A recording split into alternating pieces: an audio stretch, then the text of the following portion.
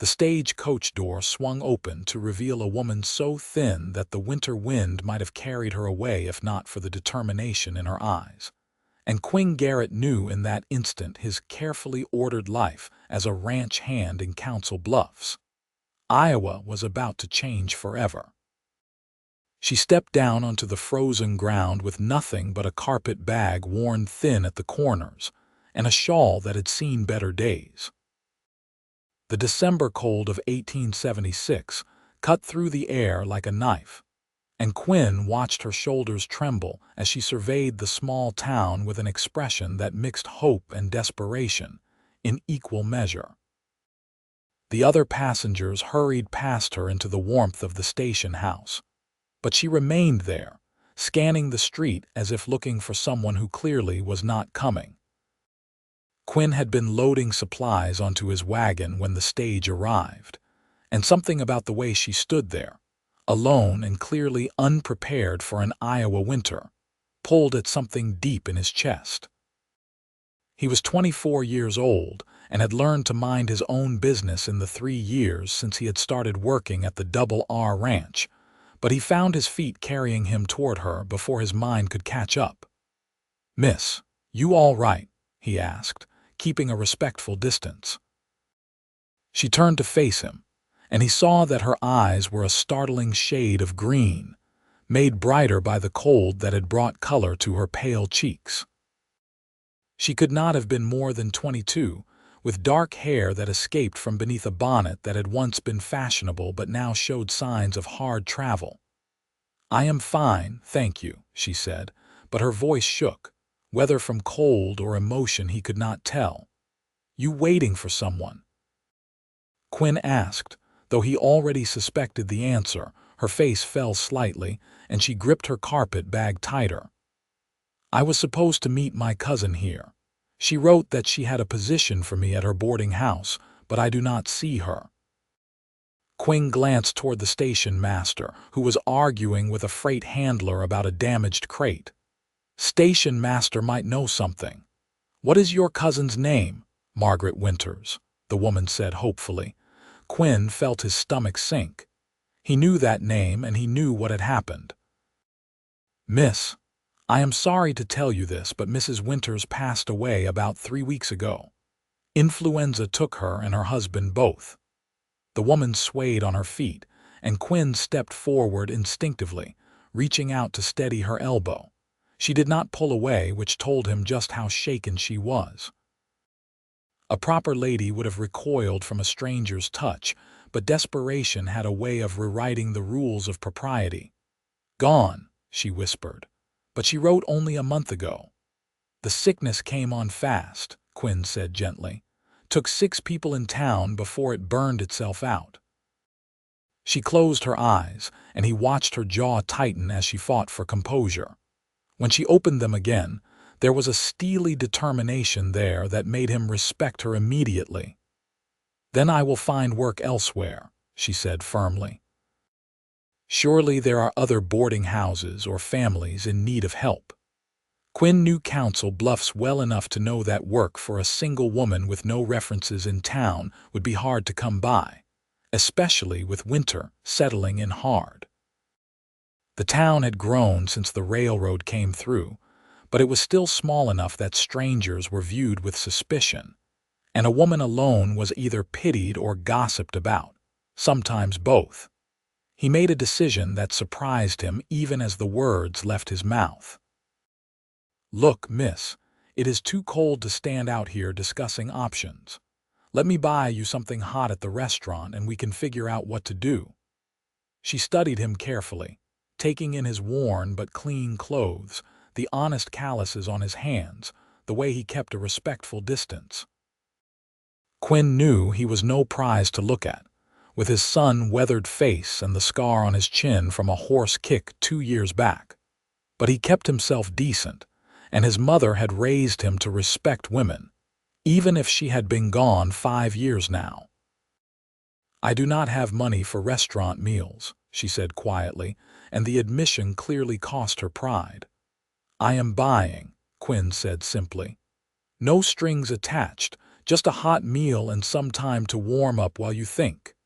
She hesitated for a long moment, and he could see her weighing her options.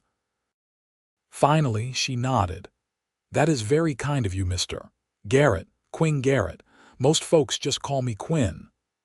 "I am Nora Daniels," she said, and managed a small smile that transformed her face despite the worry in her eyes.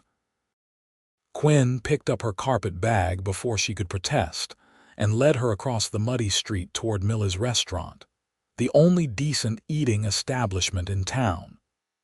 As they walked, he noticed how she kept her chin up despite everything, how she looked around with interest rather than defeat. There was strength in this woman, he realized, the kind that came from surviving hard times rather than avoiding them. The warmth of the restaurant hit them like a wave when they entered, and Quinn saw Nora's shoulders relax slightly.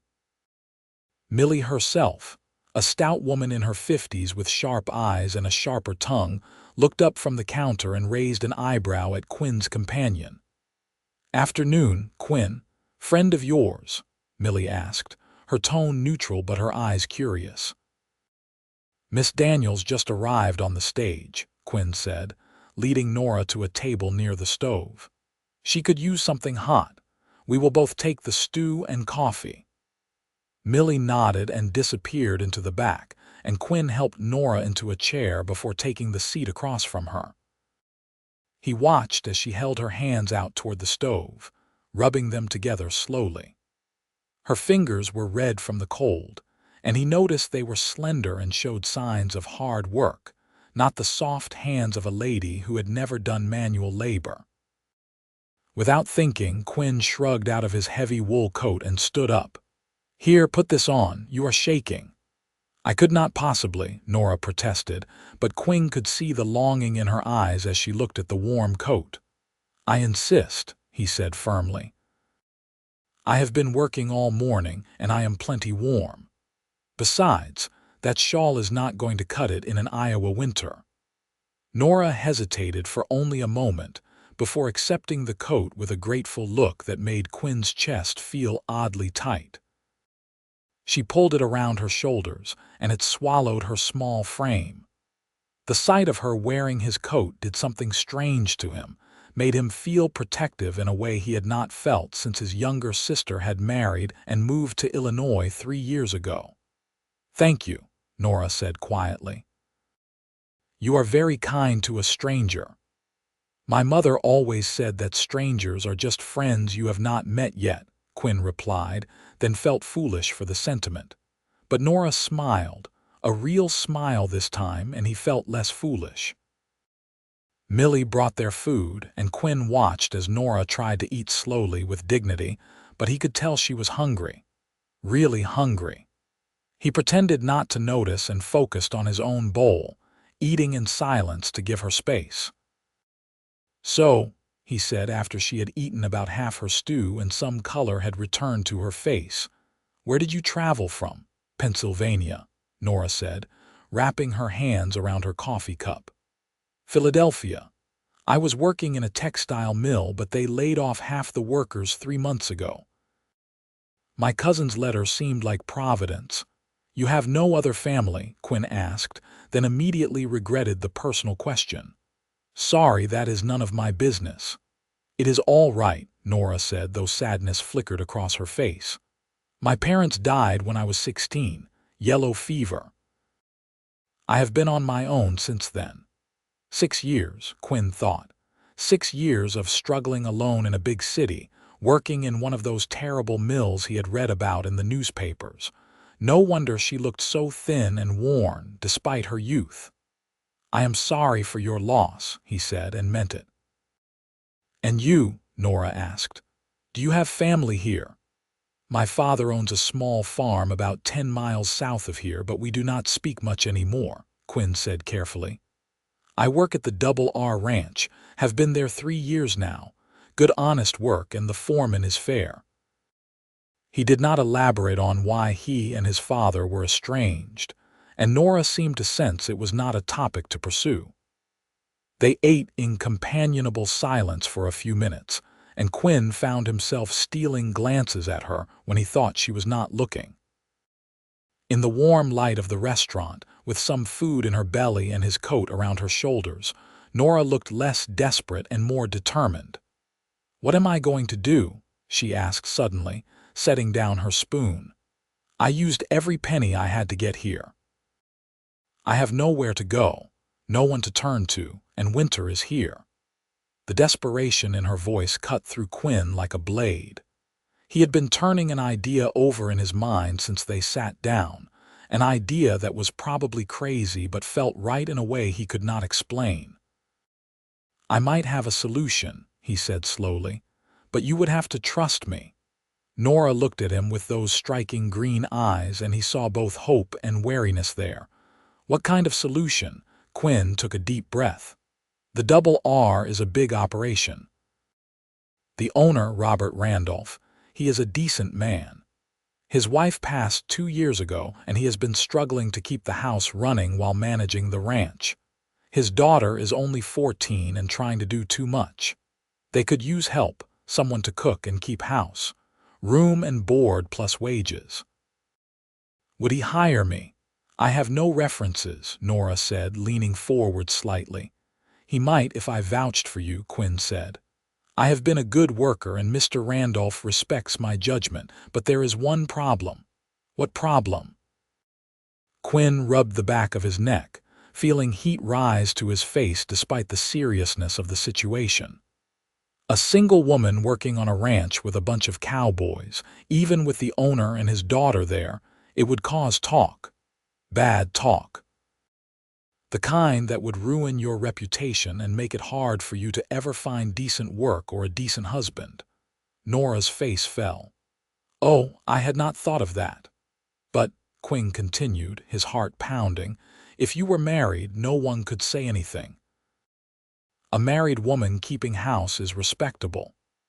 "I am not married," Nora said, confused.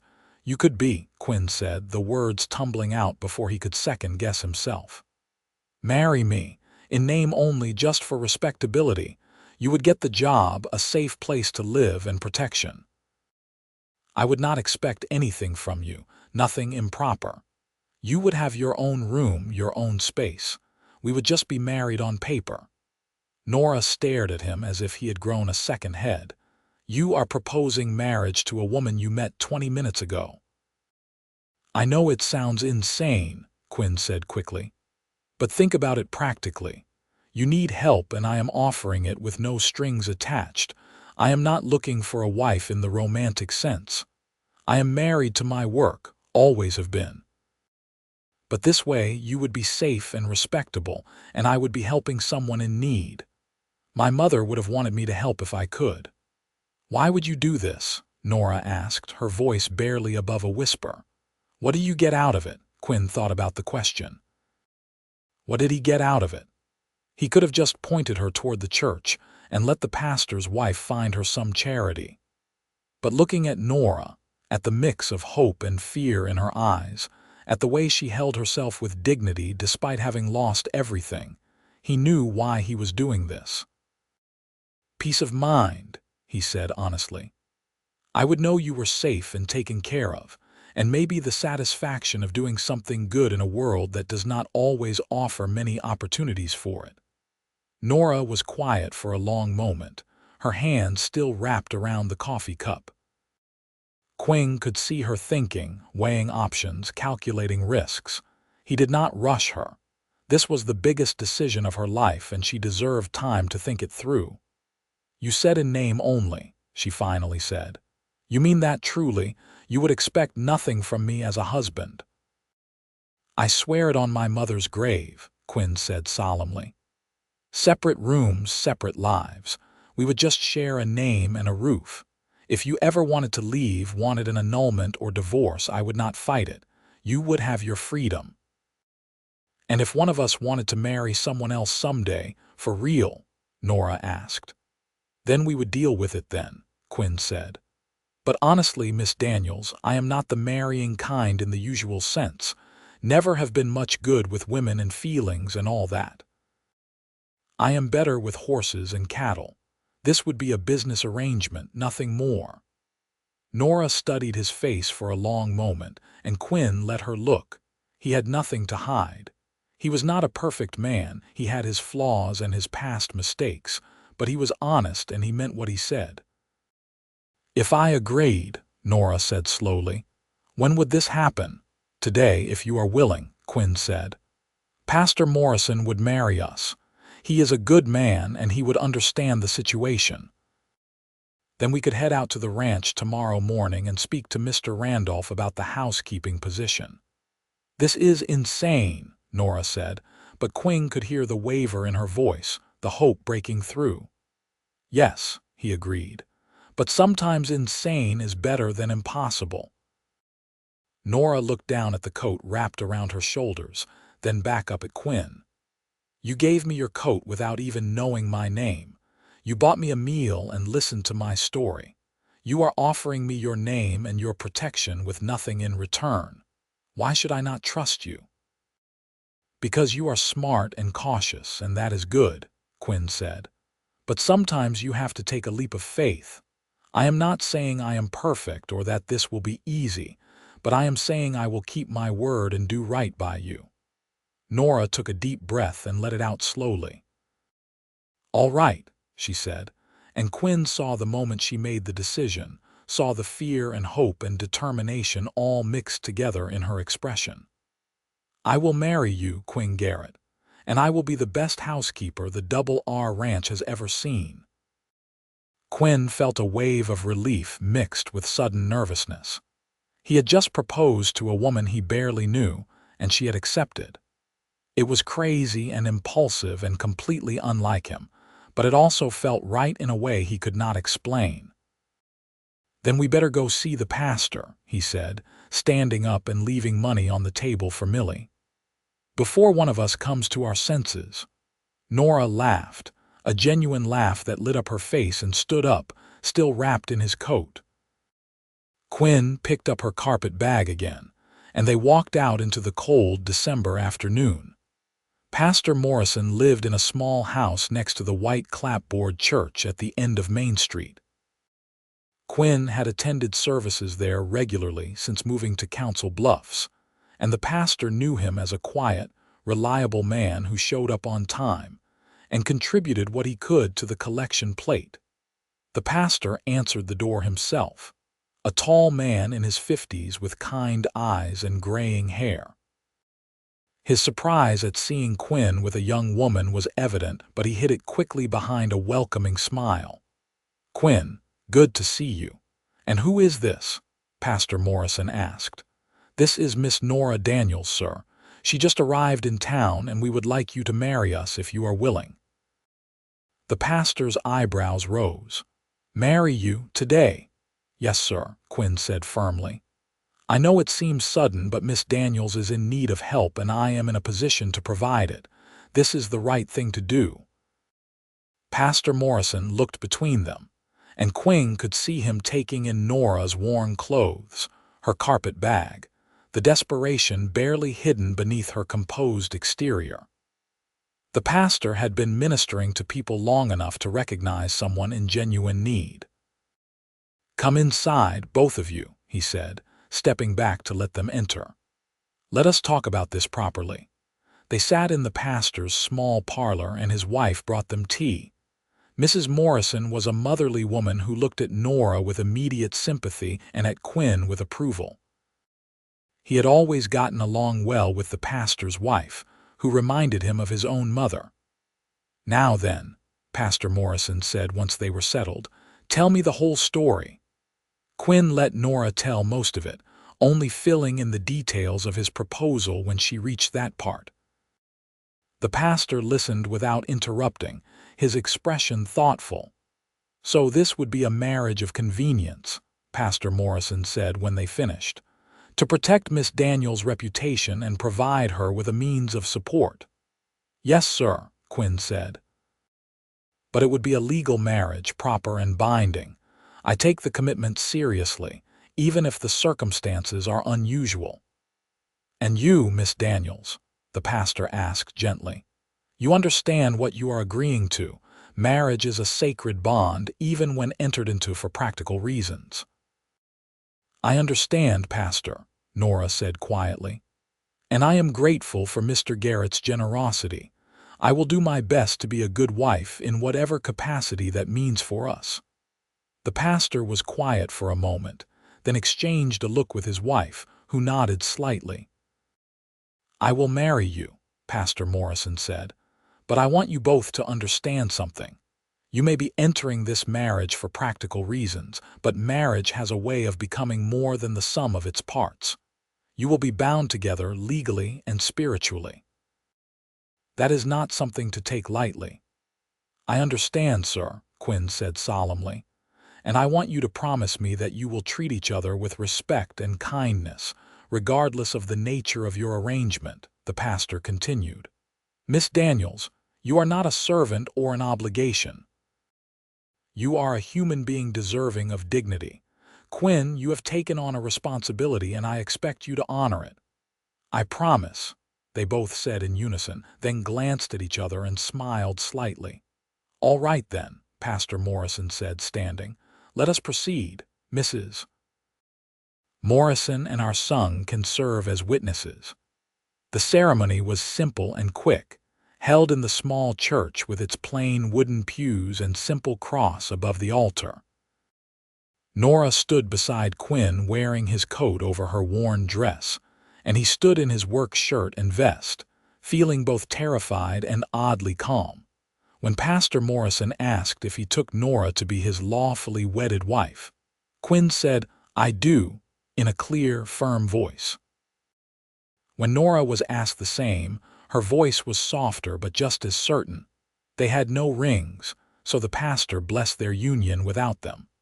When he pronounced them husband and wife, there was an awkward moment where they both realized they should probably kiss, but neither moved. Mrs. Morrison laughed gently and said that a kiss on the cheek would do just fine for now. And Quinn brushed his lips against Nora's cold cheek, feeling his own face burn with embarrassment. Nora became Mrs. Nora Garrett at 4 o'clock on a December afternoon in 1876, and Quinn became a married man without having courted a woman for even a single day. Mrs. Morrison insisted they stay for supper, and over a meal of roast chicken and potatoes, Quinn found himself relaxing slightly. Nora spoke more freely with Mrs. Morrison there, telling stories of Philadelphia and her work in the mill.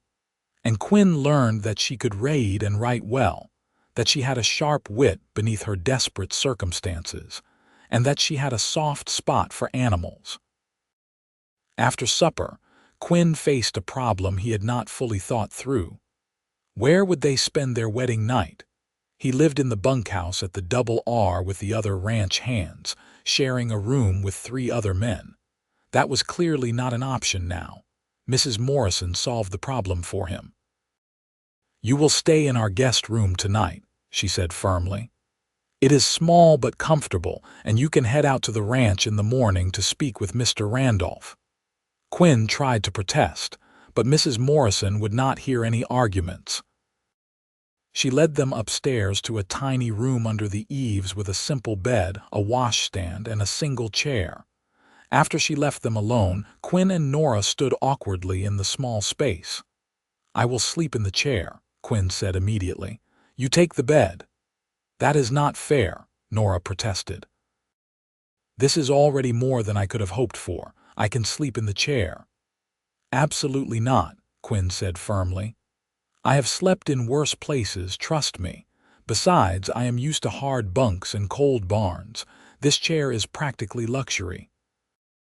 Nora looked like she wanted to argue more, but exhaustion was clearly catching up with her. The events of the day, from arriving in Council Bluffs to getting married to a stranger, had taken their toll. "All right," she said quietly, "but tomorrow night we will figure out a better arrangement." They took turns using the washstand to freshen up, each carefully turning their back to give the other privacy. When Nora finally climbed into the bed, still wearing her dress because she had no nightgown and her small carpet bag, Quinn settled into the chair with a blanket. "Mrs. Morrison had provided. The room was dark except for a sliver of moonlight through the small window.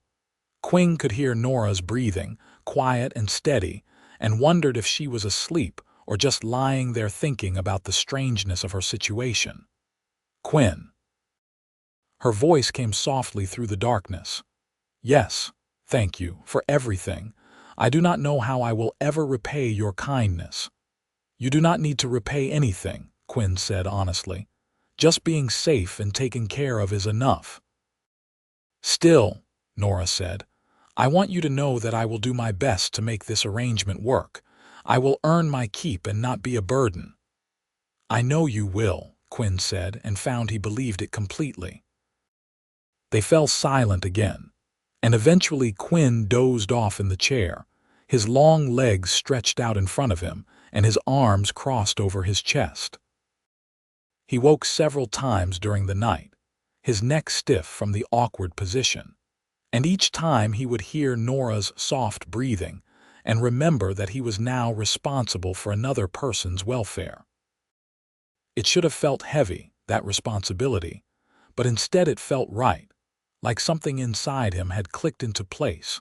Morning came cold and bright, and Mrs. Morrison fed them a hearty breakfast before sending them on their way with a basket of food for the journey. Quinn had arranged for a wagon from the livery, knowing that the 10-mile trip to the Double R would be too far for Nora to walk in her thin shoes. As they rolled out of Council Bluffs, Nora sat beside him on the wagon seat, still wearing his coat because she had nothing warmer. The winter landscape of Iowa stretched out around them, all brown fields and bare trees under a pale blue sky. The Missouri River glinted in the distance, and Quinn pointed out landmarks as they traveled. "That is the Mackenzie farm," he said, gesturing to a cluster of buildings. "They grow mostly corn. Good people keep to themselves. And over there, that is where the old trading post used to be before the railroad came through. Now it is just an empty building." Nora listened attentively, her eyes taking in everything. Quinn found himself enjoying playing tour guide, pointing out the little details of the landscape that he had come to know so well in his 3 years here. "What is Mr. Randolph like?" Nora asked as they neared the ranch. "Fair but firm," Quinn said. "He built the Double R from nothing, worked every bit as hard as his men. His wife's death hit him hard, but he is doing his best to keep things running. His daughter Sarah is a good kid, smart and capable, but she is only 14 and trying to do the work of a grown woman. They need help, and you would be doing them a favor as much as they would be helping you." "What if he says no?" Nora asked, and Quinn could hear the worry in her voice.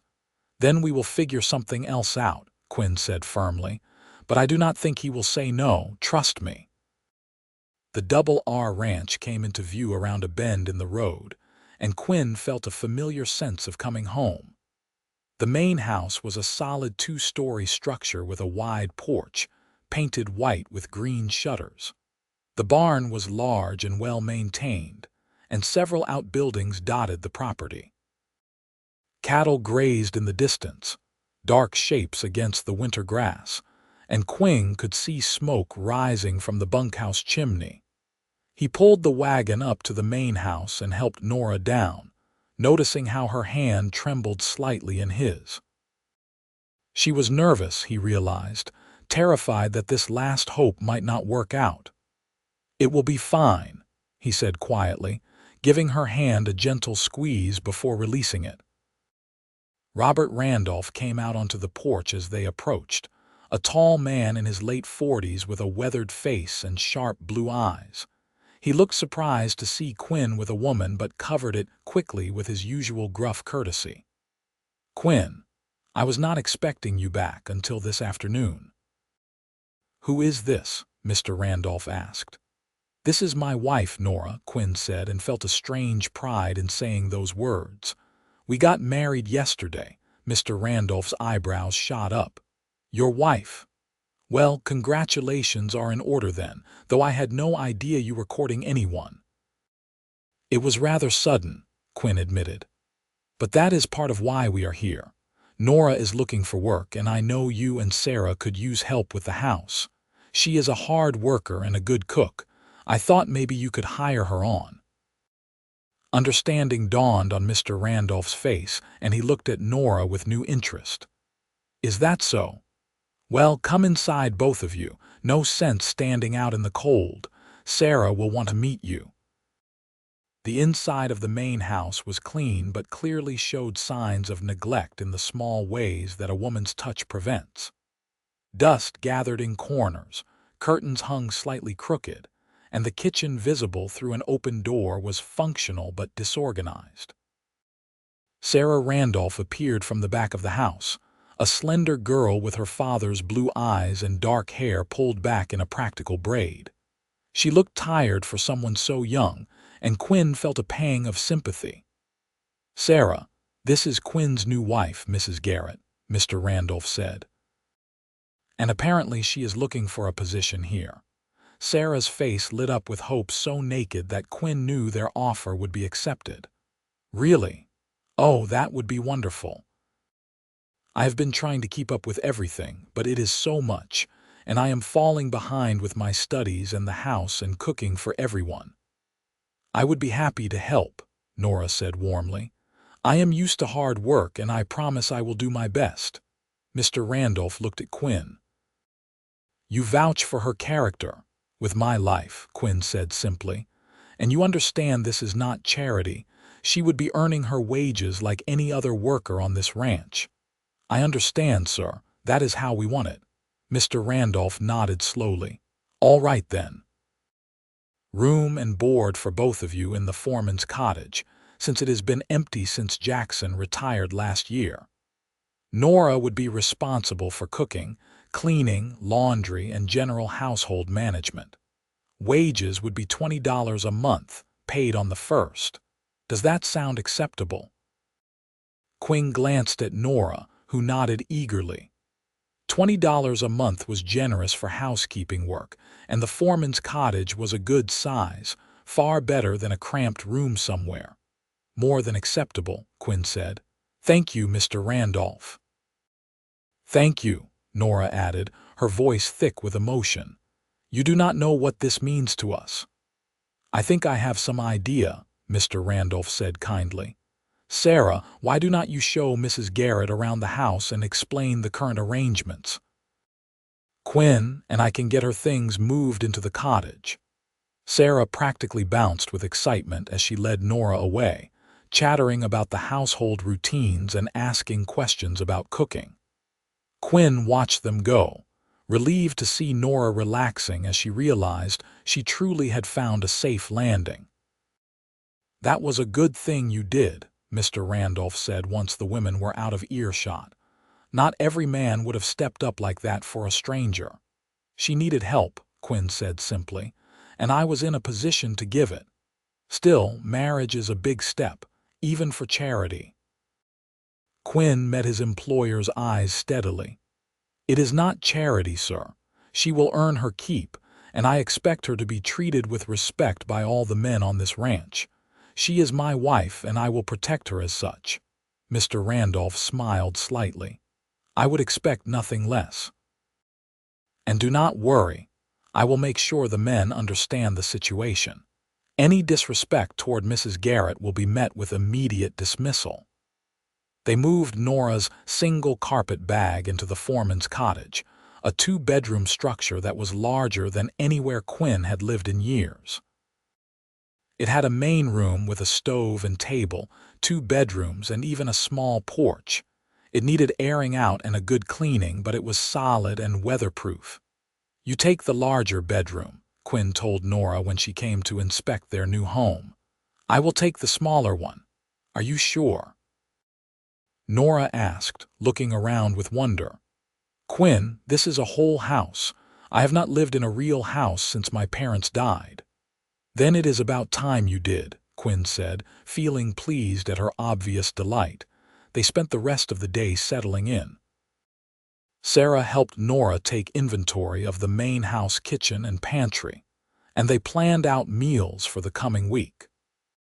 Quinn reported for his regular work duties, mucking stables and checking on cattle, and found himself on the receiving end of good-natured ribbing from the other ranch hands about his sudden marriage. "Never thought you were the marrying type, Quinn," said Tom Harper, one of the older cowboys who had worked the Double R for a decade. "You kept that courtship mighty quiet." "Just found the right woman," Quinn said simply, not elaborating. The less gossip about Nora's circumstances, the better. That evening, Nora cooked her first meal for the ranch, a hearty beef stew with fresh biscuits that had the ranch hands practically swooning with appreciation. The previous attempts at cooking had been a rotating duty among whoever drew the short straw, and the results had been edible but uninspired. Nora's stew was rich and flavorful, and her biscuits were light and fluffy. "Mrs. Garrett, if you cook like this every day, we are going to have the best-fed crew in all of Iowa," Tom declared, and the other men voiced their enthusiastic agreement. Nora blushed at the praise but looked pleased. Quinn caught her eye across the room and gave her a small nod of approval, and she smiled back at him. They were going to make this work, he thought. Against all odds, this crazy arrangement might actually succeed. That night, back in their cottage, they sat at the small table and shared a quiet moment before bed. The cottage was warm from the stove, and lamplight cast soft shadows on the walls. "Thank you again," Nora said quietly, "for everything. For your coat, for your name, for this chance at a new life." "You do not have to keep thanking me," Quinn said. "We are in this together now. Still, I want you to know I am grateful, and I want you to know that I will do everything I can to make this arrangement work." "I know you will," Quinn said, and meant it. They fell into a routine over the following weeks. Nora threw herself into her work with impressive energy, transforming the main house from functional but neglected to genuinely comfortable. She cleaned every corner, organized the pantry, mended curtains and linens, and cooked meals that had the entire ranch singing her praises. Sarah blossomed under Nora's gentle guidance, gaining confidence as she was able to focus on her studies instead of drowning in domestic duties. Quinn continued his regular work on the ranch, but he found himself looking forward to evenings in the cottage with an anticipation that surprised him. Nora had made the small house into a real home, with curtains on the windows and a cloth on the table and small touches that made it welcoming. They would sit together after supper, Nora mending clothes or reading by lamplight while Quinn worked on tack repairs or simply relaxed. They talked during those quiet evenings, really talked. Quinn learned about Nora's childhood in Philadelphia, about her parents who had worked hard to give her a good education before the fever took them. She learned about his life on the ranch, about his estrangement from his father over a disagreement about land use, about his mother's death, and how it had cut him loose from his family moorings. Winter deepened into January, and the Iowa cold settled in with a vengeance. Quinn taught Nora how to dress for the weather, lending her his spare wool shirt and helping her fashion warmer clothes from fabric Sarah had but never used. Nora proved to be an excellent seamstress, creating herself a serviceable winter coat from an old blanket and some sturdy canvas. One evening in late January, a blizzard howled outside their cottage, rattling the windows and piling snow against the door. Quinn had made sure they had plenty of wood for the stove and enough food to last several days if they were snowed in. They sat at the table playing cards, a simple game Nora had taught him from her childhood. "I never learned to play cards before," Quinn admitted as he studied his hand. "My father thought gambling was sinful, and card playing was too close to it for his comfort." "We are not gambling," Nora said with a smile. "We are just playing for fun." "Try telling my father that," Quinn said with a slight laugh. "You never talk much about your family," Nora observed gently. Only that you do not get along with your father." Quinn was quiet for a moment, debating how much to share. But Nora had been open with him about her past, and it seemed only fair to reciprocate. "My father is a hard man," he said finally. "Good in his way, but rigid.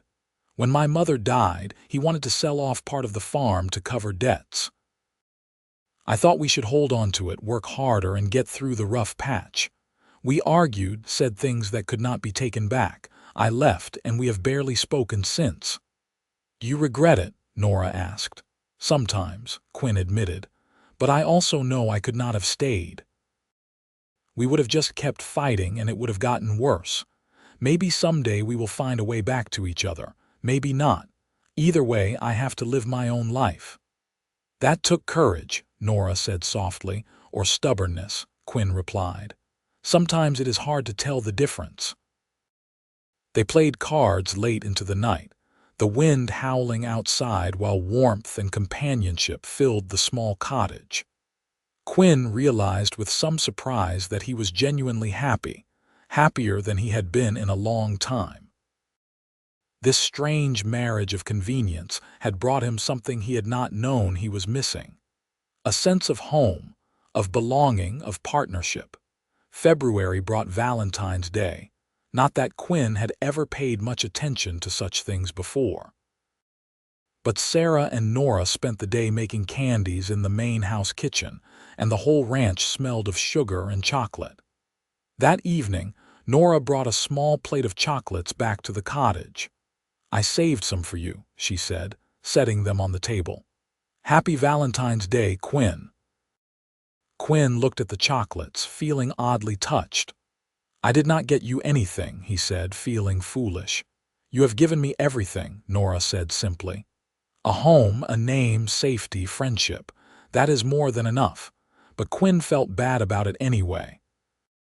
The next day, he rode into Council Bluffs on his day off and visited the general store. He found a pretty hair comb made of carved wood with tiny flowers etched into it. It was not expensive or fancy, but it was nicer than anything Nora owned, and he thought she would like it.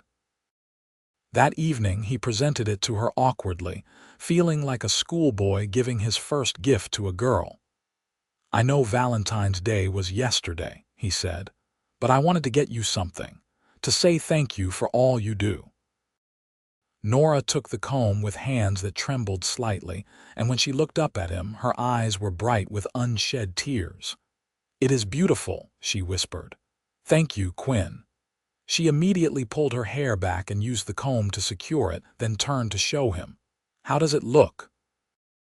"Beautiful," Quinn said, and realized he meant it. Nora was beautiful, with her green eyes and dark hair and the smile that transformed her whole face. When had he started noticing that? When had his practical wife of convenience become someone whose smile made his heart beat a little faster? The realization unsettled him. This was supposed to be a business arrangement, nothing more. He had promised her separate lives, no expectations, no complications. Developing feelings for his own wife had not been part of the plan. But feelings, Quinn was learning, did not pay much attention to plans. Winter began to loosen its grip as March arrived, and the ranch work increased as they prepared for spring calving season. Quinn worked long days, often coming back to the cottage exhausted and covered in mud. Nora would have hot water waiting for him to wash up and a warm meal on the table, and Quinn felt a pang of domestic contentment that both pleased and worried him. One evening, after a particularly grueling day, Quinn came back to find Nora looking pale and unsteady. She was stirring something on the stove, but her movements were slow and careful. "Are you all right?" he asked immediately, crossing to her side. "Just a headache," she said, but her voice was strained. "It has been bothering me all day." "Sit down," Quinn ordered gently. "I will finish dinner." "I can do it," Nora protested, but swayed slightly on her feet. Quinn caught her elbow and guided her to a chair. "You have been working too hard. Rest for a minute." He took over at the stove, not as skilled as Nora but competent enough to finish the simple stew she had started. When he brought her a bowl, she ate a few bites but then set it aside. "I think I need to lie down," she admitted. Quinn helped her to her bedroom, worried by how warm her skin felt under his hand. "You might be getting sick. Let me get you some water and extra blankets." He spent the next hour checking on her repeatedly, bringing water and cool cloths when her fever spiked. By midnight, he was seriously worried. Nora was burning up, tossing restlessly and mumbling incoherently. "I am getting the doctor," he told her, though he was not sure she could hear him. Quinn rode through the darkness to Council Bluffs, pushing his horse faster than was probably safe, and pounded on Dr. Carlisle's door until the old physician answered, grumpy and disheveled. "It is my wife," Quinn said urgently. "She has a high fever and I am worried. Doctor." Carlisle grumbled but grabbed his bag, and they rode back to the ranch together. The doctor examined Nora carefully while Quinn hovered anxiously nearby. "Influenza," Dr. Carlisle pronounced finally. "The same strain that went through town in December. She will need rest, fluids, and careful monitoring. The next few days will tell us which way it will go." Quinn felt his stomach drop. Influenza had killed Nora's cousin and uncle. It killed healthy people all the time, and Nora was still too thin from her hard years in Philadelphia. "What do I need to do?" he asked. Dr. Carlisle gave him instructions. Keep her cool when the fever spiked, warm when she got chills, make her drink as much water as possible, broth if she could keep it down. Quinn listened intently, committing every word to memory. After the doctor left, Quinn pulled a chair into Nora's room and settled in for a long night. He bathed her forehead with cool cloths, helped her drink sips of water, and talked to her even though she was too far into fever dreams to respond. "You are going to be fine," he told her firmly. "You survived 6 years on your own in Philadelphia. You survived that terrible journey here in winter. You are going to survive this. I will not let you give up now." For 3 days and nights, Quinn barely left Nora's side except for the most urgent ranch duties. Mr. Randolph stopped by and told him to take whatever time he needed, that the other men would cover his work. Sarah brought food and worried notes for Nora. Mrs. Morrison came from town with beef broth and herbal tea, staying to help for several hours each day. On the 4th night, Nora's fever finally broke. Quinn woke from a doze in his chair to find her looking at him with clear eyes for the first time in days. "Quinn," she said weakly. "I am here," he said, moving to sit on the edge of her bed. "How do you feel?" "Like I was trampled by a herd of cattle," she said, managing a faint smile. "But better than I did. Were you here the whole time?" "Where else would I be?" Quinn asked, taking her hand without thinking about it. "You scared me half to death, Nora." "I am sorry," she whispered. "I did not mean to cause trouble." "You are not trouble," Quinn said firmly. "You are my wife, and taking care of you is not trouble, it is what I want to do." Something shifted in Nora's expression as she looked at him, something soft and wondering. "You really mean that, do not you?" "Every word," Quinn said, and realized he was still holding her hand. He should probably let go, but he did not want to. Nora squeezed his hand gently. "I think maybe this arrangement has become more than either of us planned," she said quietly. Quinn's heart thudded in his chest. "Would that be so terrible?" "No," Nora said, her eyes searching his face. "I do not think it would be terrible at all." They looked at each other for a long moment, something unspoken but powerful passing between them. Then Nora yawned, exhaustion pulling at her, and Quinn reluctantly released her hand. "Sleep," he said gently. "We can talk more when you are stronger." Nora nodded and closed her eyes, already drifting off. Quinn returned to his chair, but this time his vigil felt different. He was no longer watching over a wife in name only. He was watching over the woman he was falling in love with, and that changed everything. Nora recovered slowly over the next 2 weeks, growing stronger each day. Quinn continued to sleep in the chair in her room at first, claiming he wanted to be nearby in case she needed anything, but really because he had grown accustomed to her presence, to the sound of her breathing, to the knowledge that she was safe and near. When she was finally strong enough to sit up and move around, Nora insisted he return to his own bed. "You have been sleeping in that chair for 2 weeks," she said firmly. "Your back must be killing you. I am fine now, Quinn. Really." Reluctantly, Quinn moved back to his own small bedroom, but he found he could not sleep well anymore. He was too accustomed to being near her, to having just a few feet between them instead of a wall. Spring arrived in full force in April, bringing new life to the ranch. The cattle began calving, and Quinn spent long days helping with difficult births and keeping watch over the herd. Nora returned to her duties in the main house, though Quinn and Mrs. Morrison both insisted she not overdo it. One Sunday in late April, Pastor Morrison and his wife came out to the ranch for dinner, as they sometimes did. Over roast chicken and spring vegetables from the garden Nora had started, the conversation turned to lighter topics, and Mrs. Morrison asked Nora about her favorite memories of spring in Philadelphia. "There was a park near where I lived," Nora said with a nostalgic smile. "When the cherry trees bloomed, it was like standing in pink clouds. My father would take me there every spring, and we would have a picnic under the trees." Quinn saw the sadness that flickered across her face and made a mental note. The next day, his day off, he rode into Council Bluffs and spoke to the owner of the general store about ordering something special. 2 weeks later, a small package arrived on the stage. Quinn picked it up and brought it back to the ranch, waiting until evening to present it to Nora. "What is this?" she asked, looking at the wrapped parcel with curiosity. "Open it and see," Quinn said, feeling nervous.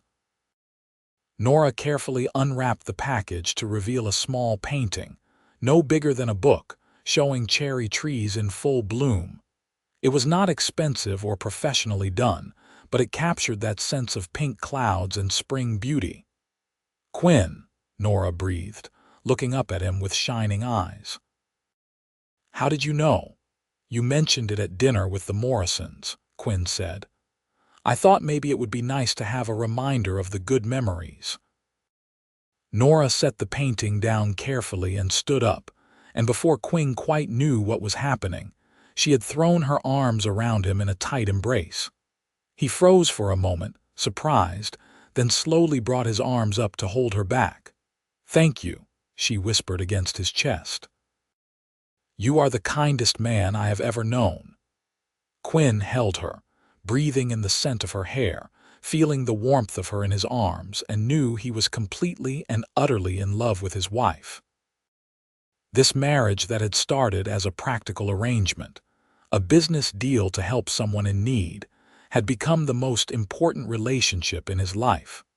When Nora pulled back to look up at him, Quinn saw his own feelings reflected in her eyes. Without thinking about it, moving on pure instinct, he lowered his head and kissed her. It was gentle and sweet, nothing demanding or presumptuous, just a soft press of lips that felt like coming home. When they broke apart, Nora's cheeks were flushed and her eyes were bright.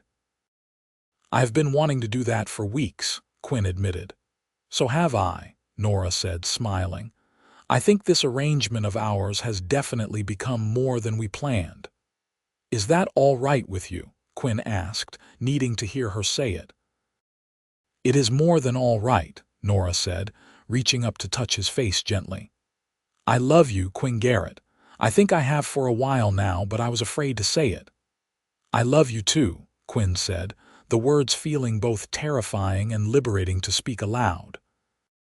"I think I started falling for you that first day, when you stood there in the cold with nothing but hope and determination, refusing to give up." They kissed again, longer this time, and it felt like a promise, like something being sealed and made official. When they finally broke apart, both breathing a little faster, Quinn took Nora's hand and led her to sit on the small sofa. "We should talk about what this means," he said seriously. "For our arrangement." "I think our arrangement has evolved," Nora said with a soft laugh. "We are not a marriage in name only anymore, Quinn. We have not been for a while." "No," Quinn agreed. "But I want to do this right. I want to court you properly, treat you the way you deserve to be treated. Just because we are already married does not mean I should skip all the steps." Nora looked touched. "You want to court your own wife?" "Yes," Quinn said firmly. "You deserve romance and courting and to be made to feel special. So that is what I am going to do," and he did. Over the next weeks, Quinn courted Nora with a sweetness and dedication that made the other ranch hands roll their eyes good-naturedly. He brought her wildflowers from the prairie. He took her on picnics by the river on Sundays after church. He wrote her simple but heartfelt notes and left them where she would find them. He held her hand when they walked and stole kisses when no one was looking. Nora bloomed under his attention like a flower in spring. She laughed more, smiled constantly, and looked at Quinn with such love that it made his chest ache in the best way possible. They were falling deeper in love every day, and everyone on the ranch could see it. "Never thought I would see the day Quinn Garrett got himself smitten," Tom Harper said one day as they worked on mending fence. "But you are head over heels for that woman, are not you?" "Yes, I am," Quinn admitted without embarrassment. "She is amazing, Tom, smart and strong and kind." "I am the luckiest man in Iowa." "You did good, Quinn," Tom said seriously. "Real good. She is a fine woman and you two are good for each other." In May, on a warm evening when the prairie grass waved in the breeze and the sky was painted with sunset colors, Quinn took Nora on a walk away from the ranch buildings. They climbed a small rise that overlooked the ranch and the rolling landscape beyond, and Quinn spread out a blanket for them to sit on. "This is beautiful," Nora said, looking out at the view. "You can see for miles." "I wanted to talk to you about something," Quinn said, taking her hand. Away from the ranch and everyone else, Nora turned to face him, curious and a little concerned. "Is everything all right?" "Everything is more than all right," Quinn assured her. "But I have been thinking. When we got married, it was a practical arrangement. I promised you separate lives, no expectations, but that is not what we have anymore." "No," Nora agreed softly. "It is not. So I want to ask you properly, with you knowing exactly how I feel and what I want." Quinn took both her hands in his, looking directly into her green eyes. "Nora Garrett, I love you with all my heart. You are my best friend, my partner, and the woman I want to spend the rest of my life with. Will you truly be my wife in every sense of the word? Will you build a life with me, a real life, with all that entails?"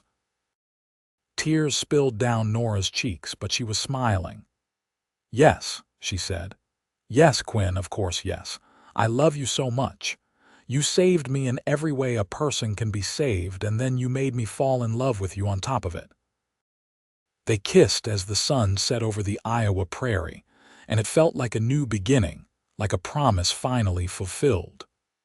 When they returned to the cottage that night, it was as a true married couple, not in name only but in reality and heart and soul. The summer that followed was the happiest time Quinn had ever known.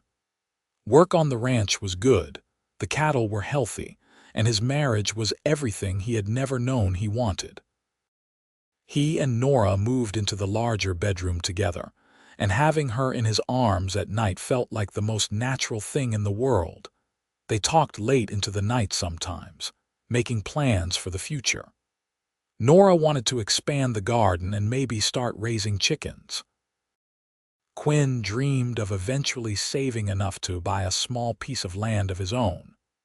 They both wanted children someday, though they agreed to wait a bit longer, to have more time as just the two of them.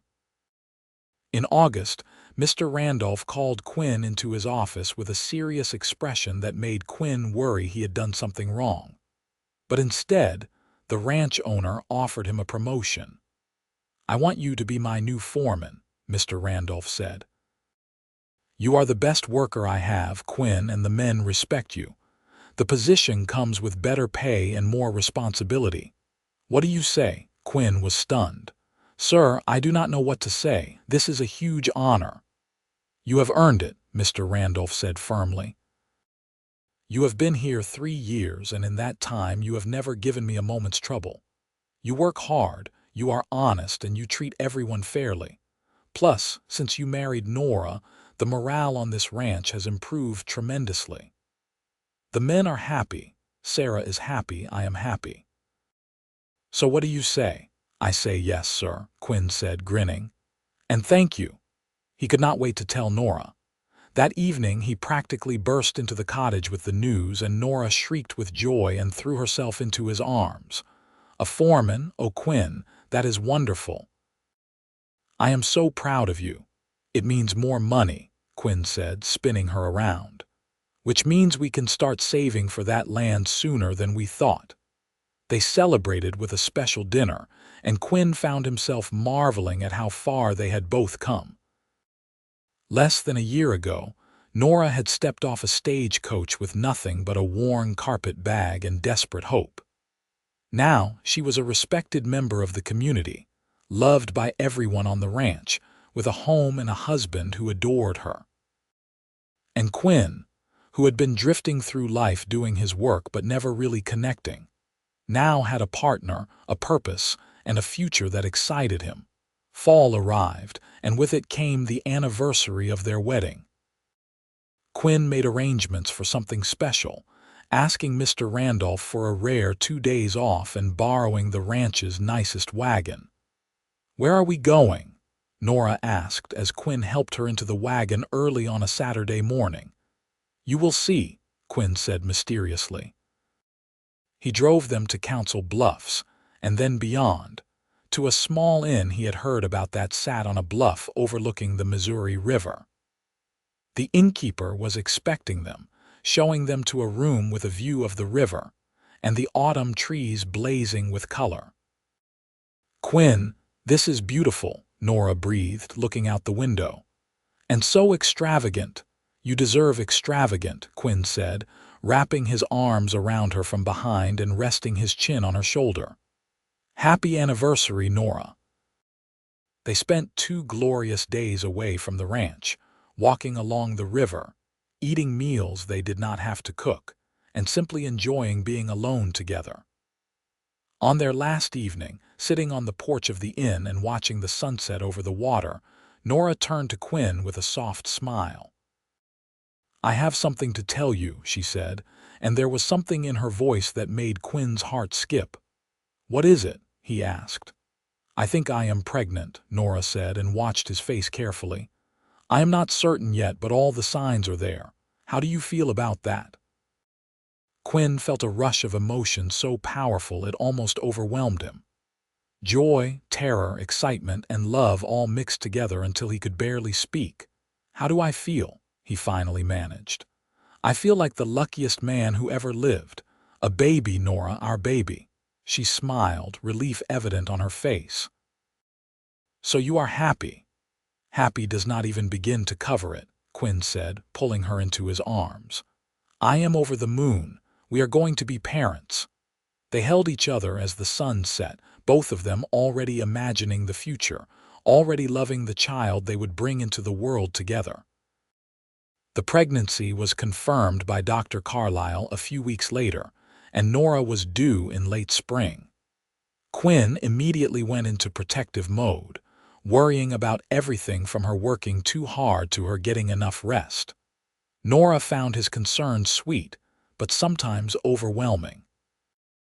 "I am pregnant, not made of glass," she would remind him gently when he fussed too much. Women have been doing this since the beginning of time. But Quinn could not help himself.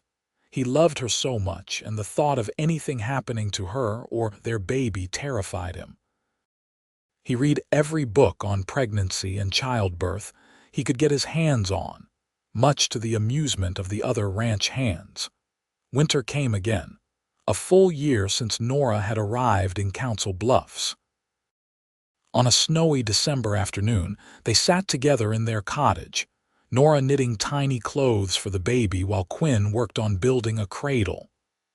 "You ever think about that day we met?" Nora asked, looking up from her knitting. "When I stepped off that stage with nothing and you gave me your coat." "I think about it all the time," Quinn said, sanding a piece of wood smooth. "Best decision I ever made approaching you that day." "You gave me your coat and then your name," Nora said softly. "And then you gave me your heart." "I still sometimes cannot believe how lucky I am." "I am the lucky one," Quinn insisted. "You could have said no to my crazy proposal. You could have run away scared from a stranger offering marriage. But you trusted me, and you gave me a chance, and you made me happier than I ever thought possible." "We made each other happy," Nora corrected with a smile. "That is how the best marriages work." The winter was long but cozy, with Quinn and Nora spending evenings by the fire making plans for their growing family. They argued good-naturedly about names, prepared the second bedroom as a nursery, and dreamed about the future. Spring came early in 1878, and with it came new life to the ranch and to the Garrett household. On a warm afternoon in May, with Mrs. Morrison and Dr. Carlisle in attendance, Nora gave birth to a healthy baby boy with dark hair and his father's strong features. Quinn held his son for the first time with hands that shook, overwhelmed by the tiny, perfect life he and Nora had created. The baby yawned and stretched, and Quinn felt his heart expand to accommodate this new, all-consuming love. "He is perfect," Quinn whispered, tears running unashamedly down his face. "Nora, he is absolutely perfect." "He has your chin," Nora said tiredly but happily from the bed. "And I think he will have your stubborn streak too." They named him James Quinn Garrett, and he became the center of their universe. Quinn took to fatherhood with the same dedication he brought to everything else, changing diapers and walking the floor with a crying baby and losing sleep with good humor. Watching him with their son made Nora fall even more in love with him, if that was possible. The months that followed were exhausting and wonderful in equal measure. James grew strong and healthy, hitting all his milestones and filling the cottage with baby laughter and the occasional crying fit. Quinn continued his work as foreman, now with extra motivation to do well and provide for his family. On James's first birthday, they had a small celebration at the ranch with cake and presents. Sarah, now 16 and already receiving attention from young men in town, doted on the baby. Mr. Randolph gave James a hand-carved wooden horse. The ranch hands each contributed something small, from a tiny hat to a silver rattle. "Look at what we built," Nora said to Quinn that evening as they watched James play with his new toys on the floor. "A family, a home, a whole life. And it all started with you giving a desperate stranger your coat on a cold winter day. And you trusting me enough to accept help," Quinn said, pulling her close. "We built this together, Nora." Life continued its steady rhythm through the years. They had a daughter 2 years after James, naming her Sarah Elizabeth after both Sarah Randolph and Quinn's mother. Another son followed 3 years later, named Thomas Robert, after Tom Harper and Mr. Randolph, both of whom had become like family. Quinn and Nora saved diligently, and when James was 7 years old, they finally achieved their dream of buying their own land. Mr. Randolph sold them a section of the Double R at a fair price, and Quinn built a house for his family with his own hands, helped by Tom and the other ranch hands who had become his brothers. The house was modest but solid, with 4 bedrooms and a wide porch that looked out over their own land.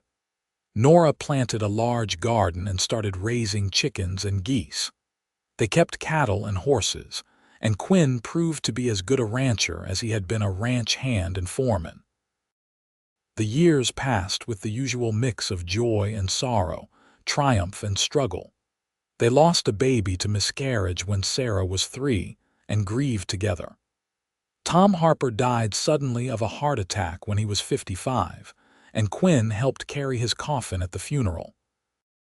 Mr. Randolph retired and moved to town, selling the Double R to a cattle company from back east. Sarah Randolph married a good man and moved to Omaha, but through it all, Quinn and Nora remained each other's constant, each other's anchor. They grew older together, their hair graying and their faces weathering, but their love never diminished. If anything, it grew stronger, deepened by shared experiences and the life they had built together. Their children grew up strong and healthy. James became a rancher like his father, eventually taking over most of the operation as Quinn's back grew stiffer with age. Sarah married a schoolteacher and moved to Council Bluffs, giving Quinn and Nora their first grandchildren. Thomas went to college, something Quinn and Nora were immensely proud of, and became a lawyer in Des Moines. On a fall evening in 1901, 25 years after that cold December day when they first met, Quinn and Nora sat on the porch of the house he had built, watching the sunset. They were in their late 40s now, not old but no longer young, their bodies showing the wear of hard work and hard living. "You have any regrets?" Nora asked, rocking slowly in the chair Quinn had made for their 10th anniversary. "About how we started, about anything." Quinn thought about the question seriously before answering. "Not a single one," he said firmly. "Every choice we made, every struggle we went through, it brought us here, and here is pretty wonderful." "Yes, it is," Nora agreed, reaching over to take his hand. "I look at our children, our grandchildren, this life we built from nothing, and I am amazed. We started with a coat and a name, Quinn. That is all we had. A coat to keep me warm and a name to keep me safe. We had more than that," Quinn said, squeezing her hand gently. "We had hope. You arrived in winter with only hope, and somehow that was enough." "It was enough because of you," Nora said, her eyes shining with the same love they had held for decades. "You gave me more than your coat and your name, Quinn. You gave me a life worth living." They sat in comfortable silence as the sun painted the sky in shades of orange and pink, their hands linked, their lives intertwined as completely as 2 lives could be. From inside the house came the sounds of family, James and his wife staying for dinner with their children, the grandchildren playing and laughing. Quinn thought back to that cold December day in 1876, when he had seen a thin woman step off a stagecoach with nothing but a carpet bag and determination in her eyes. He had given her his coat without thinking, moved by some instinct he had not understood at the time. That simple act of kindness had led to everything: a marriage, a family, a love that had sustained them through a quarter-century of life in all its messy, beautiful complexity. "I love you, Nora Garrett," Quinn said, as he had said thousands of times before. But the words never lost their power, never became routine or empty. Each time he said them, he meant them with his whole heart. "I love you too, Quinn Garrett," Nora replied, as she always did. "Today, tomorrow, and forever." They sat on the porch as darkness fell. 2 people who had found each other against all odds, who had built something lasting and true from the smallest spark of hope and kindness. Inside, their family waited, the legacy of that cold December day when a cowboy gave a desperate woman his coat and his name, and in doing so, gave them both a future neither could have imagined. The stars came out one by one over the Iowa prairie, and Quinn and Nora remained on their porch, watching the night sky and thinking about all they had been through, all they had survived, all they had created. Their story had started with an act of simple kindness in a harsh winter, and it had grown into something beautiful and enduring. As they finally rose to go inside and join their family for dinner, Quinn helped Nora up from her chair with the same gentle care he had shown that first day when she had swayed on her feet from shock and cold. Some things never changed. His protective instinct toward her, her trust in him, the way they fit together as perfectly as two puzzle pieces. Inside the house, their grandson ran to them with a picture he had drawn. Their granddaughter begged for a story, and their children welcomed them to the table. This was what they had built together, not just a house or a ranch or even a family, but a legacy of love that would continue long after they were gone. That night, lying in bed with Nora curled against his side as she had been for thousands of nights before, Quinn thought about how a single moment of compassion had changed everything. If he had not approached that desperate woman at the stagecoach, if she had not accepted his help, if either of them had been too afraid or too proud to take a chance on a crazy marriage arrangement, but they had taken that chance, both of them, and it had been the making of them both. Nora had arrived in winter with only hope, and Quinn had given her his coat and his name. But in the end, they had given each other so much more: purpose, partnership, passion, and a love that had weathered every storm and emerged stronger. "What are you thinking about?" Nora murmured sleepily against his chest. "How grateful I am," Quinn said simply, "for everything. For you." "Me too," Nora said, pressing a kiss to his shoulder. "Every single day." They drifted off to sleep holding each other as they had for 25 years and would for many more to come.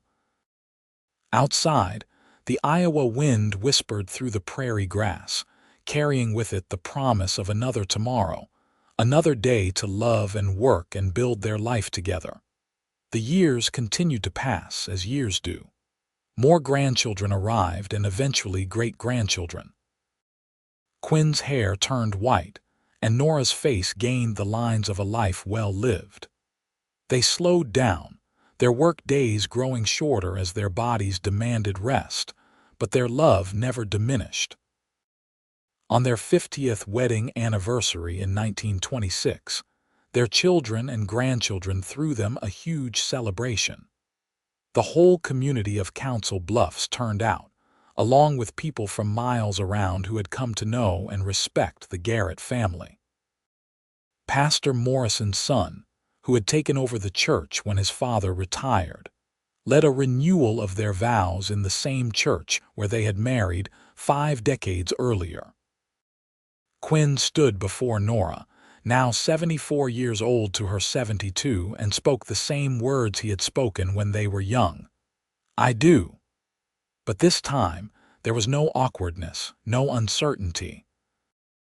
Just the absolute confidence of a man who had lived 50 years with a woman, and loved her more at the end than at the beginning when they kissed. Their great-grandchildren giggled, and their grandchildren applauded, and their children wiped away tears. It was a celebration not just of a marriage, but of what a marriage could become when two people chose each other every single day for 50 years.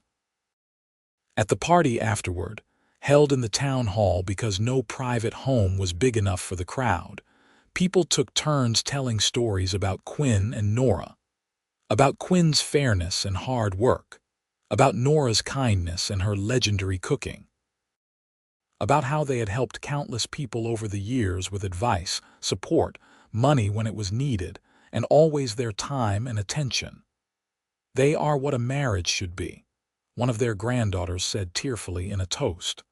"Partners in every sense, best friends who happen to be in love." They set the example for all of us. Late in the evening, when most of the guests had gone home and only close family remained, Quinn and Nora snuck away to sit on a bench outside the town hall. It was December, 50 years almost to the day since they had first met, and snow was starting to fall gently from the night sky. "Cold?" Quinn asked.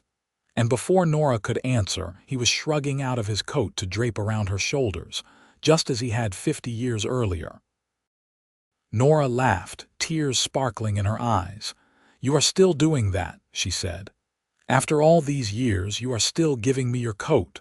"Always will," Quinn said, putting his arm around her and pulling her close. "That is never going to change." They sat in the gentle snowfall. Two old people who had loved each other through poverty and prosperity, sickness and health, joy and sorrow.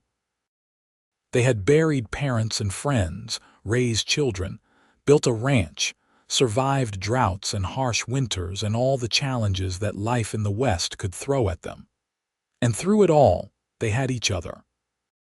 "Thank you," Nora said softly, "for giving a desperate woman in winter your coat and your name all those years ago." "Thank you," Quinn replied just as softly, "for trusting me enough to accept them. You took as big a leap of faith as I did, Nora, maybe bigger." "It was the best decision I ever made," Nora said. "Saying yes to you." "Second best," Quinn corrected with a smile. "The best decision was staying in love with me all these years when I am sure I gave you plenty of reasons to reconsider." Nora laughed again and kissed his weathered cheek. "Not once," she said firmly. "Not once in 50 years did I ever regret saying yes." They stayed outside a while longer, watching the snow fall and reminiscing about their decades together. Eventually, their son James came to find them, worried they were getting too cold, and they allowed themselves to be ushered back inside to the warmth and love of their family. Quinn and Nora lived several more years together, their love a constant even as their bodies grew frailer. They celebrated their 55th anniversary surrounded by 4 generations of family, proof of the life they had built together. The following winter, Quinn passed away peacefully in his sleep, Nora holding his hand just as she had held it through 56 years of marriage. Nora followed him 6 months later, as if she could not bear to be parted from him for long. She died in the house Quinn had built, surrounded by her children and grandchildren, her last words a whispered, "I am coming, Quinn." They were buried side by side in the Council Bluffs Cemetery, under a simple stone that read, "Quinn and Nora Garrett." He gave her his coat and his name. She gave him her trust and her heart. Together they built a legacy of love. 1852, 1928, and 1854, 1929. Their story became a legend in Council Bluffs, passed down through generations. The story of a cowboy who saw a woman in need on a cold December day and gave her his coat, who offered her his name to give her respectability and safety, who fell in love with her even though that had not been part of the plan. And the story of a woman who arrived in winter with nothing but hope, who trusted a stranger with her future, and who built an incredible life from that act of faith. Their descendants continued to ranch the land Quinn and Nora had bought, generation after generation, always remembering the two people who had started it all with nothing but kindness, hope, and eventually, a love that transcended the practical beginnings of their marriage. The coat Quinn had given Nora that first day was preserved by the family, kept in a glass case along with the hair comb he had given her for their first Valentine's Day together, and the small painting of cherry trees. These artifacts told the story better than any words could. The story of two people who found each other at exactly the right moment, who built something beautiful from nothing, and whose love lasted not just a lifetime but became part of the fabric of their community. And somewhere in the Iowa wind that whispered through the prairie grass, in the walls of the houses their descendants lived in the stories told around dinner tables and at family gatherings, Quinn and Nora's love lived on. A testament to the power of kindness, the strength of hope, and the enduring nature of a love that began with a coat and a name, and grew to encompass everything two hearts could possibly share.